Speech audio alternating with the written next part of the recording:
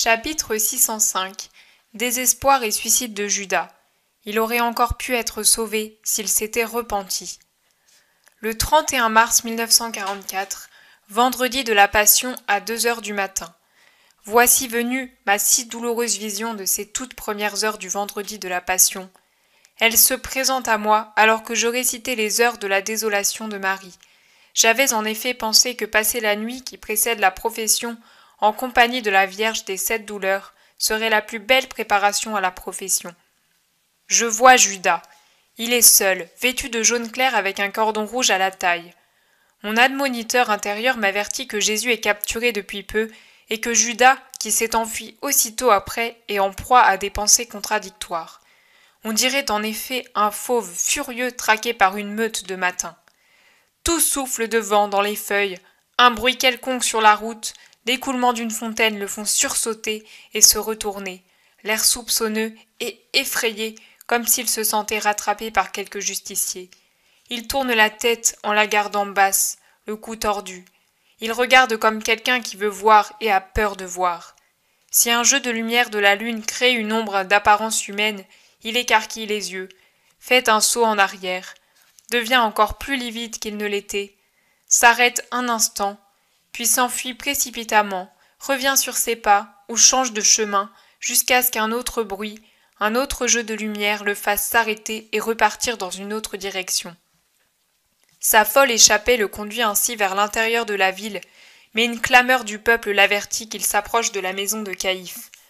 Alors, les mains sur la tête, il se sauve à toutes jambes en se penchant comme si ses cris étaient autant de pierres qui le lapident. Et dans sa fuite, il prend une ruelle qui l'amène tout droit vers la maison où a été consommée la scène. Il s'en aperçoit quand il arrive en face à cause d'une fontaine qui coule à cet endroit du chemin. Les pleurs de l'eau qui tombent goutte à goutte dans un petit bassin de pierre et un faible sifflement du vent qui s'insinue dans le chemin étroit en produisant une lamentation étouffée doivent lui rappeler les pleurs de celui qui l'a trahi et la plainte du supplicié. Il se bouche les oreilles pour ne pas entendre et s'échappe, les yeux fermés, pour ne pas voir cette porte par laquelle il est passé peu de temps auparavant avec le maître et par laquelle il est sorti pour aller prendre les hommes en armes dans le but de se saisir de lui. Dans cette course aveugle, il est sur le point de heurter un chien errant, le premier chien que je vois depuis que j'ai les visions, un gros chien gris et isurte qui s'écarte en grognant, prêt à s'élancer contre celui qui l'a dérangé.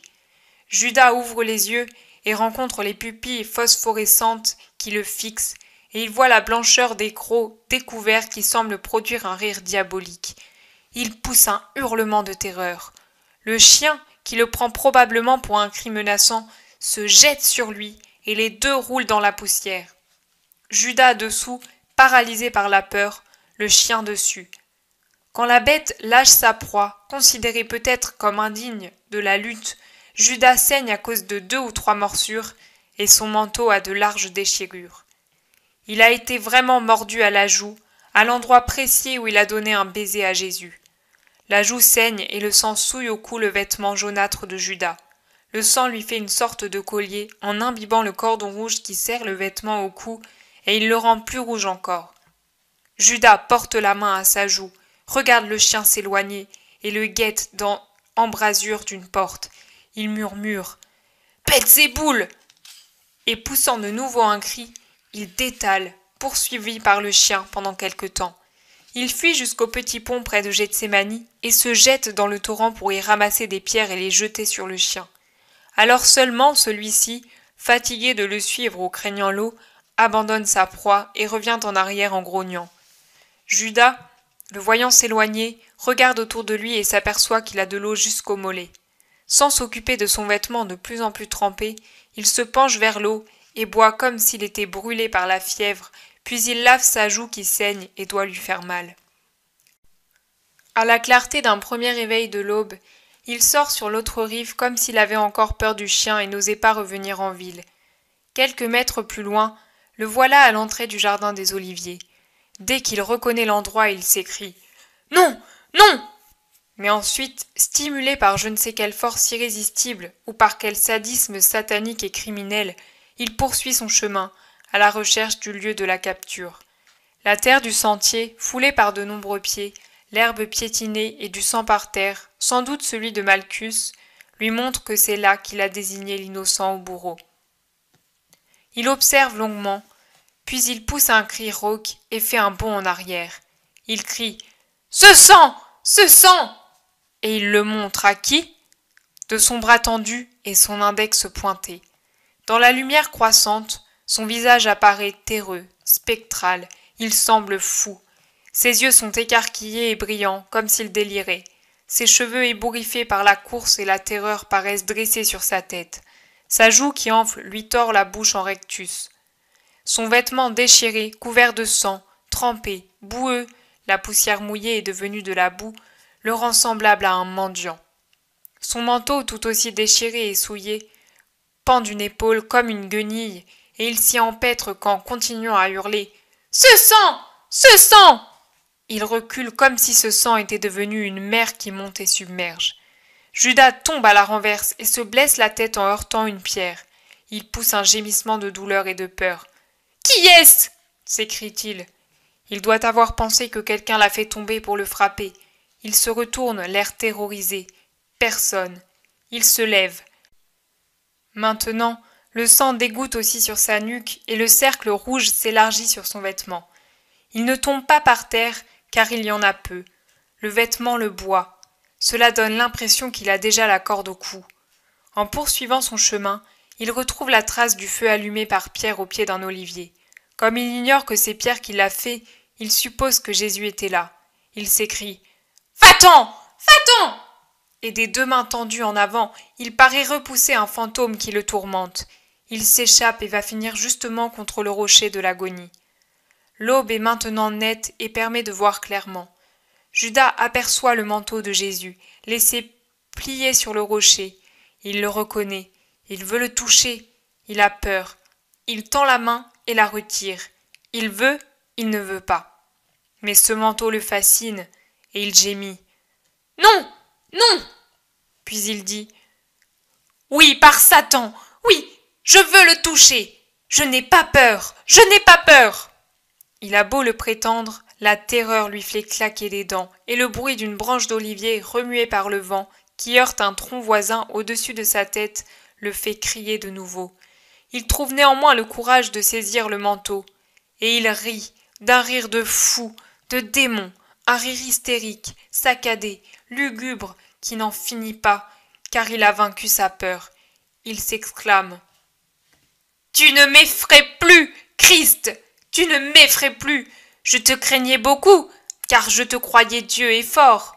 Maintenant, tu ne me fais plus peur, car tu n'es pas Dieu. Tu n'es qu'un pauvre fou, un faible. Tu n'as pas su te défendre. Tu ne m'as pas réduit en cendres, comme tu n'as pas lu dans mon cœur la trahison. Mes peurs, quel sot! Quand tu parlais, même hier soir, je croyais que tu savais. Tu ne savais rien. C'était ma peur qui donnait un sens prophétique à tes paroles ordinaires. Tu n'es rien. Tu t'es laissé vendre, désigner, prendre comme une souris dans son trou. Ta puissance, ton origine, quel bouffon! Celui qui est fort, c'est Satan. Il est plus fort que toi. Il t'a vaincu, le prophète, le Messie, le roi d'Israël. Et tu m'as assujetti pendant 3 années, avec continuellement la peur au ventre. Et je devais mentir pour te tromper avec finesse quand je voulais profiter de la vie. Mais même si j'avais volé et forniqué sans toute l'astuce que je mettais en œuvre, tu ne m'aurais rien fait, poltron, fou, lâche. Tiens, tiens, tiens. J'ai eu tort de ne pas agir envers toi comme je l'ai fait à l'égard de ton manteau pour me venger du temps où tu m'as tenu par la peur. Peur d'un lapin. Tiens, tiens, tiens. Et à chaque tiens, il cherche à mordre et à déchirer l'étoffe du manteau. Il le chiffonne avec ses mains. Mais ce faisant, il l'ouvre et les taches qui l'humectent apparaissent. La furie de Judas s'arrête. Il fixe ses taches. Il les touche, il les flaire. C'est du sang. Il déplie complètement le manteau. On reconnaît bien l'empreinte laissée par les 2 mains tachées du sang de Jésus quand il appuyait l'étoffe sur son visage. Ah! Du sang! Du sang! Le sien! Non! Judas laisse tomber le manteau et regarde autour de lui. Contre le rocher aussi, là où Jésus s'est adossé, tandis que l'ange le réconfortait, il aperçoit une tache sombre de sang qui sèche. « Là! Là! Du sang! Du sang !» Il baisse les yeux pour ne pas voir, et il se rend compte que l'herbe est toute rougie elle aussi. Pire, la rosée qu'il a diluée le fait paraître fraîchement tombée. Il est rouge et brille au premier soleil. « Non! Non! Non! Je ne veux pas voir ça! Je ne peux pas! Au secours !» Il porte les mains à sa gorge et perd tout contrôle, comme s'il se noyait dans une mer de sang. « Arrière! Arrière! Laisse-moi! Laisse-moi! Maudit! Ce sang, c'est une mer! Il recouvre la terre! La terre! La terre! Et sur la terre, il n'y a pas de place pour moi, car je ne peux voir ce sang qui la couvre. Je suis le Caïn de l'innocent. » Je crois que l'idée du suicide lui est venue à ce moment-là. Le visage de Judas est effrayant. Il se jette du talus et s'enfuit dans l'olivier, sans revenir par la route de l'allée. Il semble poursuivi par des fauves. Revenu en ville, il s'enveloppe dans son manteau et cherche à couvrir sa blessure et son visage autant qu'il le peut. Il se dirige vers le temple, mais en route à un carrefour, il se trouve en face des canailles qui traînent Jésus chez Pilate. Il ne peut reculer, car une autre fois, une autre foule venue pour regarder le pousse dans le dos. Et grand comme il l'est, il domine forcément, donc il voit, et il rencontre le regard du Christ. Les deux regards s'enlacent un moment, puis le Christ passe, lié, frappé, et Judas tombe à la renverse comme s'il s'évanouissait. La foule le piétine sans pitié, et il ne réagit pas. Il doit préférer être écrasé par tout un monde plutôt que de rencontrer ce regard. Quand la meute déicide est passée avec le martyr et que la voie est libre, il se relève et court au temple. Il bouscule et renverse presque un garde placé à la porte de l'enceinte. D'autres gardes arrivent pour interdire l'entrée aux forcenés, mais lui, tel un taureau furieux, les écarte tous. L'un d'eux, qui s'accroche à lui pour l'empêcher de pénétrer dans la salle du Sanhédrin, dont tous les membres sont encore réunis pour discuter, est saisi à la gorge, étranglé et jeté, sinon mort du moins sans connaissance, en bas des 3 marches. « Maudit! Je ne veux pas de votre argent !» s'écrie-t-il debout au milieu de la salle, à l'endroit où se tenait Jésus un peu plus tôt. On dirait un démon qui jaillit de l'enfer, ensanglanté, dépeigné, enflammé par le délire, la bave à la bouche, les mains comme des griffes, il hurle et semble aboyer tant sa voix est perçante, rauque, hurlante. « Votre argent! Maudit! Je n'en veux pas! Vous m'avez perdu! Vous m'avez fait commettre le plus grand péché!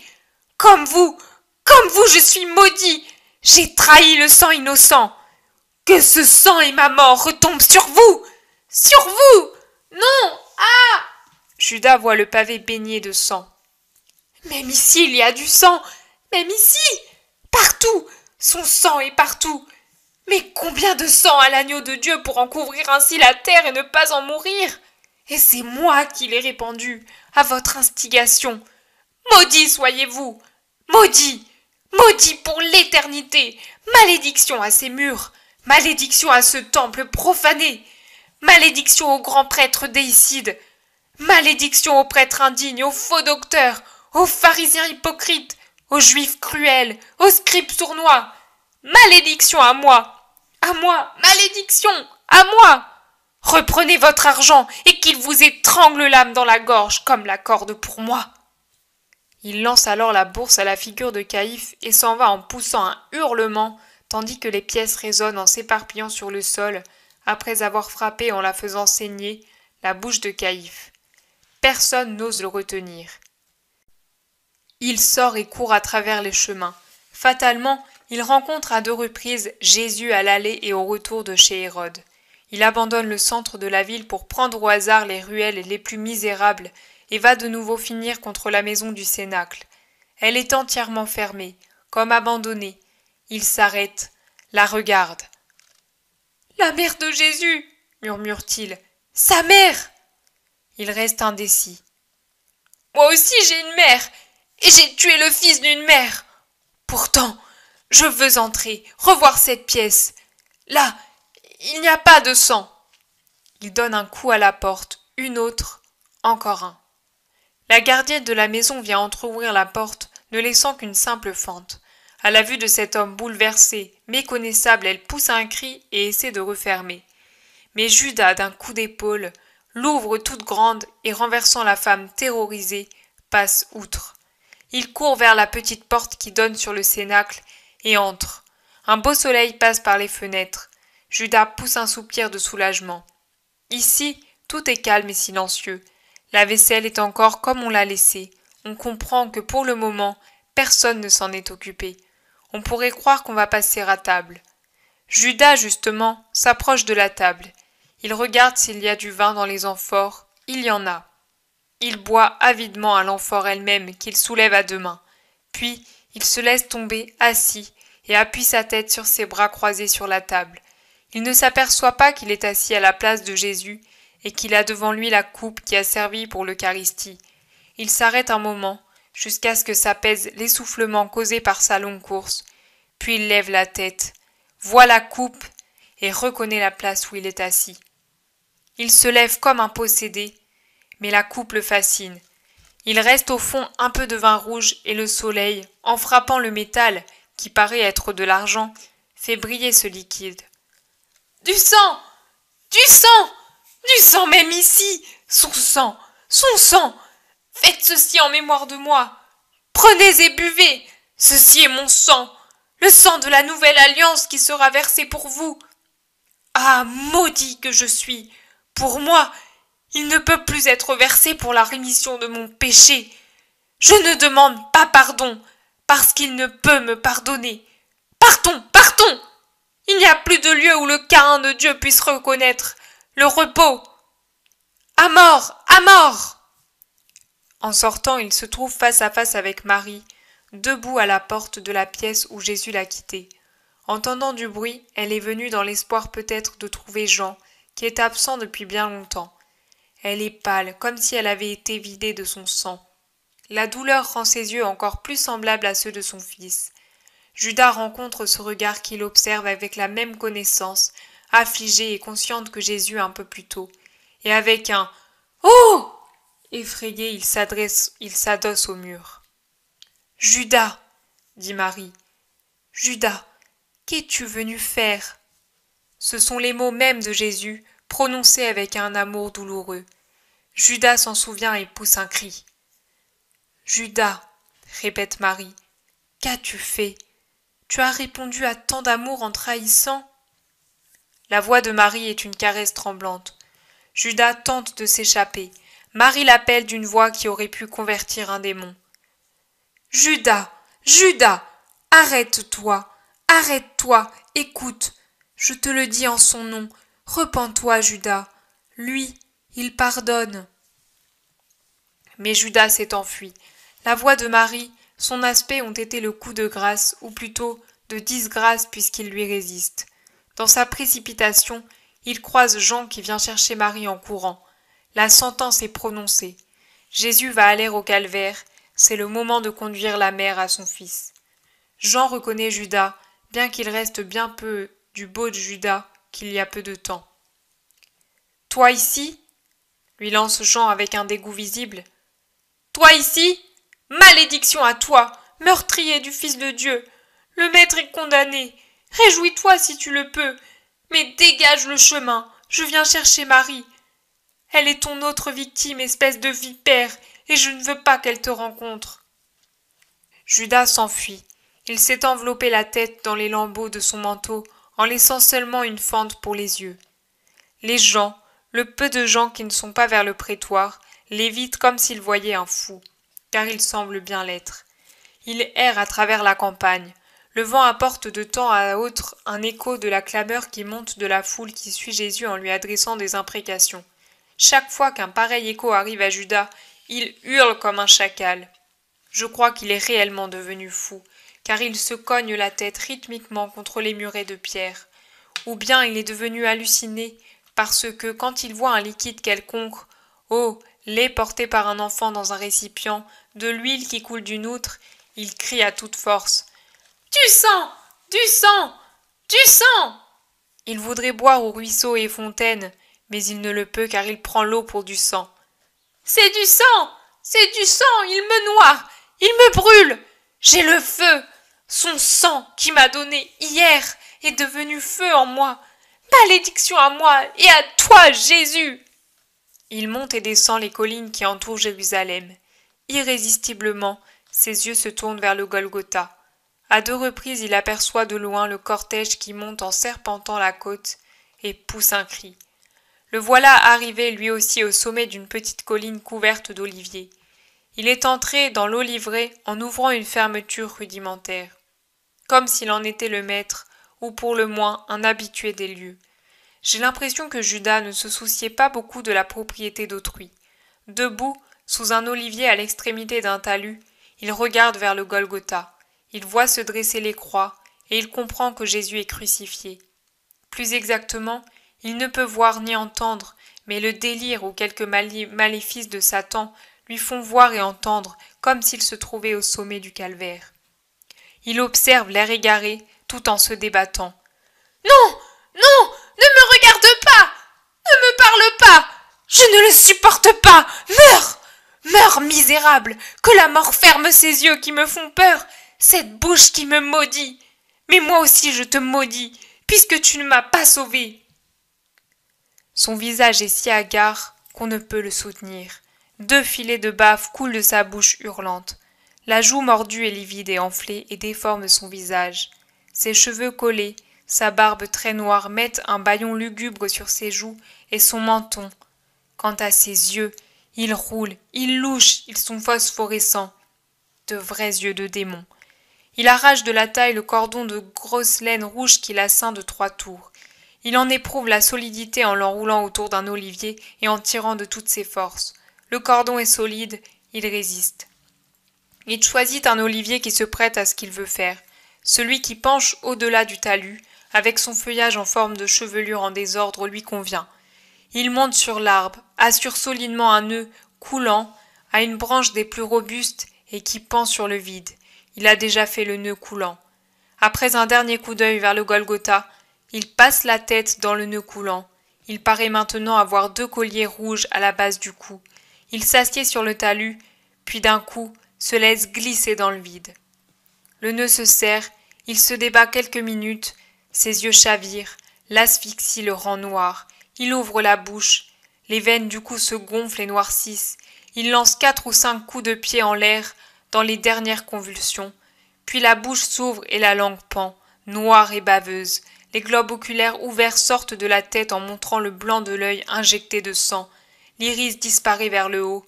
Il est mort. Le vent fort qui s'est levé avant l'orage imminent balance le macabre pendule et le fait tourner comme une hideuse araignée suspendue au fil de sa toile. Ainsi finit cette vision. Je ne peux que me souhaiter de l'oublier au plus vite, car je vous assure que c'était horrible. Jésus dit « Horrible, mais pas inutile. Trop de gens croient que Judas a commis un acte de peu d'importance. Certains vont jusqu'à affirmer qu'il a eu un certain mérite, car sans lui la rédemption n'aurait pas eu lieu, et cela lui vaut d'être justifié devant Dieu. En vérité, je vous dis que si l'enfer n'avait pas déjà existé, et si ses tourments n'avaient pas déjà été parfaits, il aurait été créé pour Judas, encore plus horrible et éternel, parce que de tous les pécheurs et de tous les damnés, il est le plus damné et le plus pécheur. Dans toute l'éternité, il n'y aura jamais d'adoucissement de sa condamnation. Le remords aurait pu aussi le sauver, s'il avait fait du remords un repentir. Mais il n'a pas voulu se repentir. Au premier crime de trahison, encore pardonnable à cause de ma grande miséricorde, c'est une faiblesse que m'impose mon amour, il a joint les blasphèmes, les résistances aux voix de la grâce qui voulaient encore lui parler par l'intermédiaire des souvenirs, des terreurs, par l'intermédiaire de mon sang et de mon manteau, par l'intermédiaire de mon regard, des traces de l'institution de l'Eucharistie. Des paroles de ma mère. Il a résisté à tout, il a voulu résister, comme il avait voulu trahir, comme il a voulu maudire, comme il a voulu se suicider. C'est la volonté qui compte, dans le bien comme dans le mal.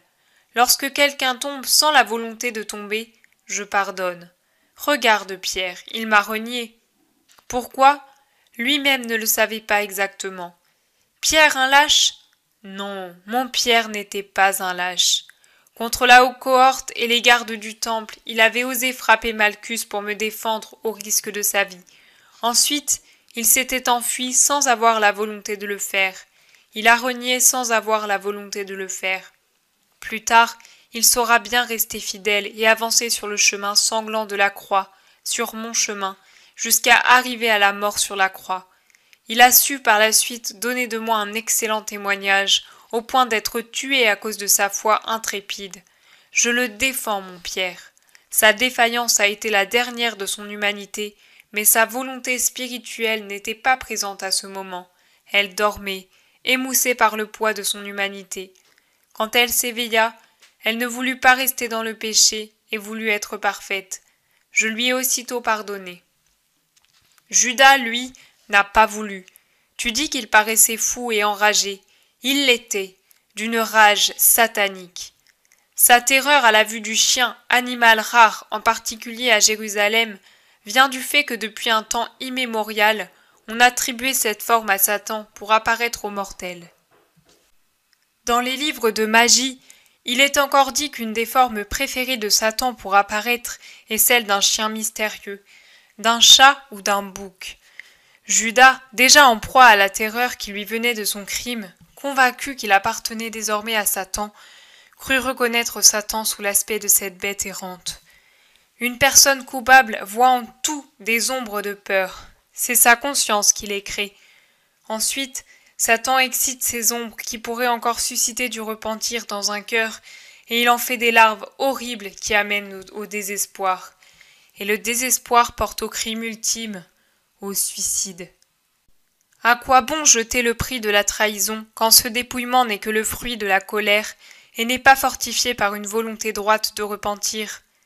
Dans ce cas, se dépouiller des fruits du mal devient méritoire, mais comme il l'a fait, non, ce fut un sacrifice inutile. Ma mère, et c'était la grâce qui parlait et la trésorière qui accordait le pardon en mon nom, lui dit « Repens-toi, Judas, il pardonne. » Oui, je lui aurais pardonné.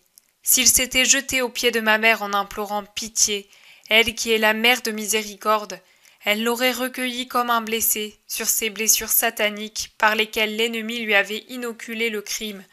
Elle aurait répandu ses larmes salvatrices, puis elle me l'aurait amené au pied de la croix, en le tenant par la main pour que Satan ne puisse le saisir et les disciples le frapper. Elle me l'aurait amené pour que mon sang tombant d'abord sur lui, le plus grand des pécheurs, et elle se serait trouvée en prêtresse admirable sur son autel, entre la pureté et la faute, car si elle est la mère des vierges et des saints, elle est aussi la mère des pécheurs. Mais Judas n'a pas voulu. Méditez sur le pouvoir de la volonté dont vous êtes les arbitres absolus. C'est elle qui vous ouvre le ciel ou l'enfer. Méditez sur ce que veut dire persister dans la faute. Le crucifié se tient les bras ouverts et attachés pour vous dire qu'il vous aime, qu'il ne veut pas vous frapper, qu'il ne peut vous frapper parce qu'il vous aime et préfère se refuser de pouvoir vous embrasser, son unique douleur dans son état de crucifié, plutôt que d'avoir la liberté de vous punir. Le crucifié, objet de divine espérance pour ceux qui se repentent et veulent se détourner de la faute, devient pour les impénitents un objet d'une telle horreur qu'elle les fait blasphémer et user de violence envers eux-mêmes. Ils deviennent meurtriers de leur esprit et de leur corps à cause de leur persistance dans la faute. Et la vue de celui qui est doux, qui s'est laissé immoler dans l'espoir de les sauver, prend l'apparence d'un spectre horrifiant. Maria, tu t'es plainte de cette vision, mais c'est le vendredi de la Passion, ma fille. Tu dois souffrir. Aux souffrances que tu endures en raison de mes souffrances et de celles de Marie, tu dois unir tes propres souffrances dues à l'amertume de voir les pécheurs rester dans le même état. Ce fut notre souffrance. Elle doit être la tienne. Marie en a souffert et en souffre encore, comme de mes tortures. Tu dois donc en souffrir toi aussi. Maintenant repose-toi. Dans 3 heures tu seras tout à moi et à Marie. Je te bénis, Violette de ma passion et Passiflore de ma mère.